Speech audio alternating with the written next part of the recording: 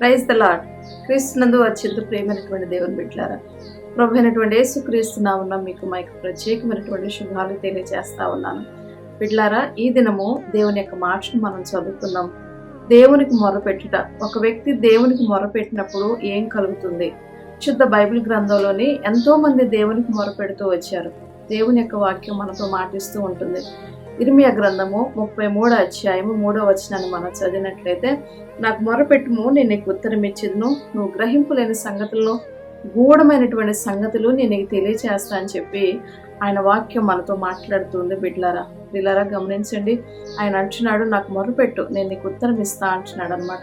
దేవుని దగ్గరికి వచ్చి ఏ మనుషుడైతే మొరపెడతాడో అలాంటి వారికి దేవుడు తప్పక సహాయం చేస్తాడు. ఆయన అంటున్నాడు, గూఢమైనటువంటి సంగతి నీకు తెలియచేస్తా అంటున్నాడు అనమాట. నిగూఢమైనటువంటి విషయాలు, నీకు అర్థం కానటువంటి విషయాలు, ఎన్నో విషయాలు ఆయన నీకు తెలియచేస్తా అని చెప్పి ఆయన మాటిస్తూ ఉన్నాడు. అదే రీతిగా బిడ్డలారా, పరిశుద్ధ బైబిల్ గ్రంథంలో నుంచి 34వ కీర్తనలోని 6వ వచనాన్ని మనం చదువుదాం. ఏ దీనుడు మొరపెట్టగా యెహోవా ఆలకించును, అతని శ్రమలన్నిటిలో నుండి అతన్ని రక్షించును. మనం అందరం కూడా చాలా దీనులుగా, మరి చాలా దరిద్ర మనసులో ఉన్నటువంటి మన జీవితాల్లో ఆయన ప్రేమించి ఆయన మనల్ని ఆశీర్వదించేటువంటి దేవుడై ఉన్నాడు బిడ్డలారా.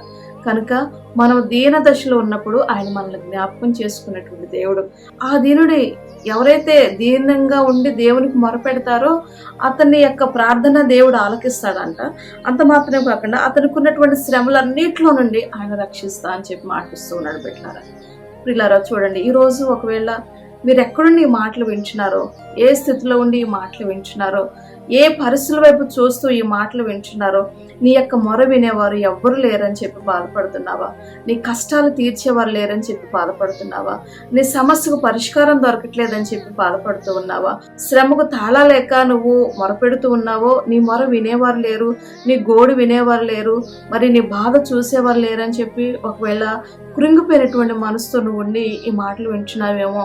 ప్రియులారా, ఆయన అంటున్నాడు, ఈ దీనుడు మొరపెట్టగా యెహోవా ఆలకించును అంటున్నాడు అనమాట. అతని శ్రమలన్నిటిలో నుండి నిన్ను రక్షిస్తా అని చెప్పి మాటిస్తూ ఉంటున్నాడు. బిడ్డలారా, ఈ రోజు ఒకవేళ భయంకరమైనటువంటి ఉపద్రవాల్లో ఉండి నువ్వు మాటలు వింటున్నావేమో, అప్పుల సమస్యలో ఉన్నావేమో, పిల్లల యొక్క పరిస్థితులు బాగలేదనే ఇబ్బందులతో ఉన్నావేమో, అనారోగ్య పాలైపోయి ఆరోగ్యం సరిగా లేక నీ ఆరోగ్యం అంతా కూడా క్షీణించిపోయి ఎన్నో దినాలు హాస్పిటల్ చుట్టూ తిరుగుతూ విసిగి వేసారిపోయినటువంటి పరిస్థితులను ఉండి ఈ మాటలు వింటూ ఉంటున్నావేమో. బిడ్డలారా, ఆయన అంటున్నాడు, నువ్వు దేవునికి మొరపెట్టు, ఆయన తప్పక నీ శ్రమలన్నింటిలో నుండి ఆయనని విడిపిస్తాడు, ఆయనని రక్షిస్తా అని చెప్పి ఆయన మాటిస్తూ ఉంటున్నాడు. బిడ్డలారా, చూడండి, ఆయన అంటున్నాడు, ఇంకొక మాటను మనం చదువుకుందాం.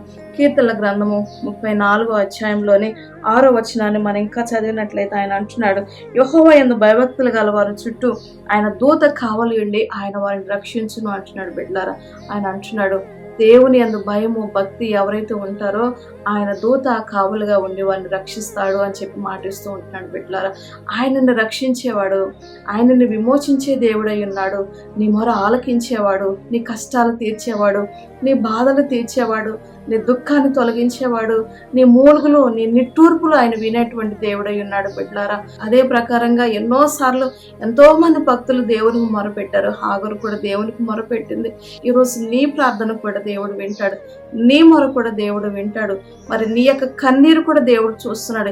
ఇశ్రాయేలు యొక్క మూలుగులు నిట్టూర్పులు విన్నటువంటి దేవుడు నీ యొక్క మూలుగులు నీ నిట్టూర్పులు కూడా దేవుడు వింటూ ఉన్నాడు. బిడ్డలారా, ఏ విషయాన్ని బట్టి అధైర్యపడద్దు, ఏ విషయాన్ని బట్టి కృంగిపోవద్దు, ఏ విషయాన్ని బట్టి బెదిరిపోవద్దు, ఏ విషయాన్ని బట్టి కలవరపడద్దు. నిన్ను సృష్టించిన వాడు, మరి నిన్ను కలగచేసినటువంటి దేవుని యొక్క చేతిలో నువ్వు ఉన్నావన్న సంగతి నువ్వు మర్చిపోవద్దు. మనుషులందరూ నిన్ను విడిచిపెట్టవచ్చు, మనుషులందరూ నిన్ను దూరం పెట్టవచ్చు, మనుషులు నిన్ను అర్థం చేసుకోలేకపోవచ్చు, మనుషులు నువ్వు చెప్పేటువంటి ఏదైనా నీవు చెప్పేది ఏది కూడా వారు వినట్లేదేమో, నిన్ను పెడచెవిని పెడతా ఉన్నారేమో, నీ మాటలు పెడచెవిని పెడుతూ ఉన్నారేమో, బాధతో ఉండి మాటలు వింటున్నావేమో, దుఃఖంతో ఉండి మాటలు వింటున్నావేమో.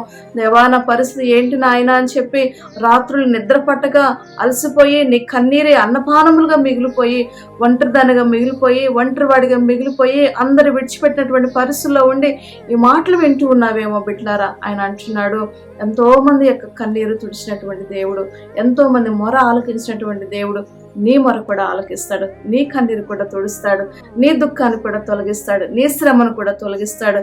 నిన్ను కలగచేసిన దేవుడు సృష్టికర్త అయినటువంటి దేవుడై ఉన్నాడు. ఆయన భూమిని, ఆకాశమును, సముద్రమును సమస్తాన్ని కలగచేసిన దేవుడై ఉన్నాడు.